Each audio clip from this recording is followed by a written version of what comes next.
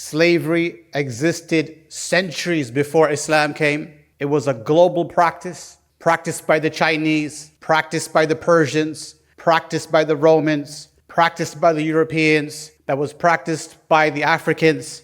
So Islam did not invent slavery, but it was an existing global phenomenon.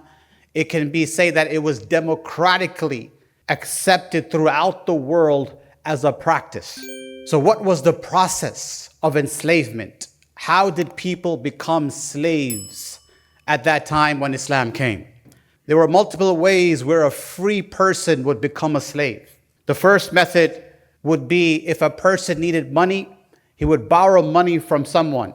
And then if he was not able to pay back that money, he ended up becoming a slave of that person. They were called debt slaves or peon slaves. But when Islam came, Islam abolished this method of enslavement.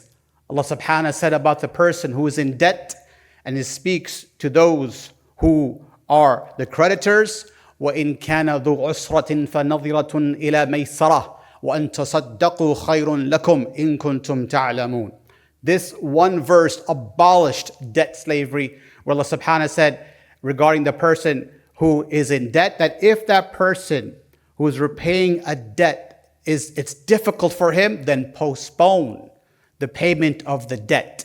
And if you were to waive the debt in totality and give it as an act of charity, that is better for you, if only you knew. So Allah subhanahu wa ta'ala in this verse changed what was the custom, the practice of debt slavery, to making giving loans as an act of charity. Where the Prophet Muhammad sallallahu alaihi wasallam said, "Inna salafa yajri majra shatr sadaqa." That if you give loans out, or if you give a loan to a person, half of that will be written as a reward of charity for you. So Islam changed the mindset from debt slavery, that giving loans is a virtuous act which you will be rewarded for.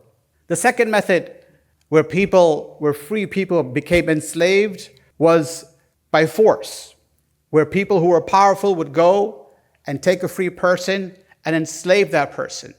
They would kidnap that person and then sell that person off into slavery. And we have this example mentioned in Surah Yusuf, where Allah subhanahu wa ta'ala talks about Yusuf alayhi salam being picked up from the well and then sold off into slavery. And another way was where parents who needed money at times, they would sell their own children into slavery so they can get some money. Islam came and abolished this method of enslavement, where the Prophet Muhammad sallallahu alaihi wasallam said in a hadith Qudsi, where Allah subhanahu wa ta'ala said, ثَلَاثَةٌ أَنَا خَصْمُهُمْ يَوْمَ الْقِيَامَةِ رَجُلٌ, and one of them is رَجُلٌ بَاعَ حُرًّا فَأَكَلَ ثَمَنَهُ.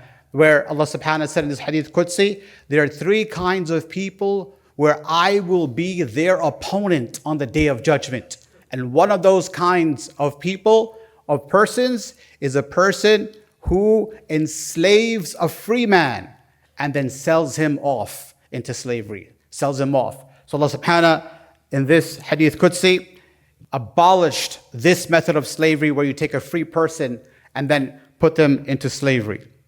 Another type of method of slavery was through war, where you would have empires that would invade cities, they would invade societies and engage in plunder, in pillage, in rape, and enslave the masses. For example, if you look at history, the Roman Empire will go into cities and do exactly that, enslave people and bring them back for forced labor, difficult labor, in shackles, in chains, being whipped, being tortured, being killed at times. And so this was one of the methods of enslaving massive populations. Allah subhanahu wa ta'ala revealed one verse that abolished this method of slavery.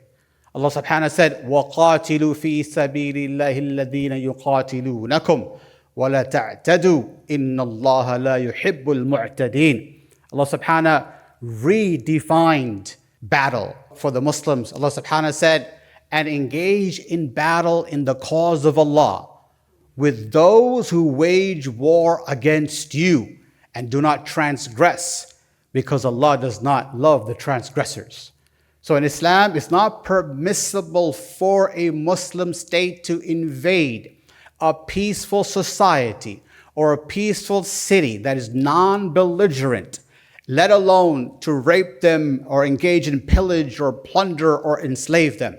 And this is why, if we look at the life of the Prophet Muhammad sallallahu alaihi wasallam, no one from all the battles that the Prophet Muhammad sallallahu alaihi wasallam fought, no one can give a single example where the Prophet Muhammad sallallahu alaihi wasallam ever invaded a peaceful, non-belligerent community, because this was the philosophy of war outlined in the Quran, that we are only to engage in battle with those who are waging war against us. And so Islam, by this mandate, abolished slavery through invasion, slavery through plundering and pillaging cities of other nations and societies.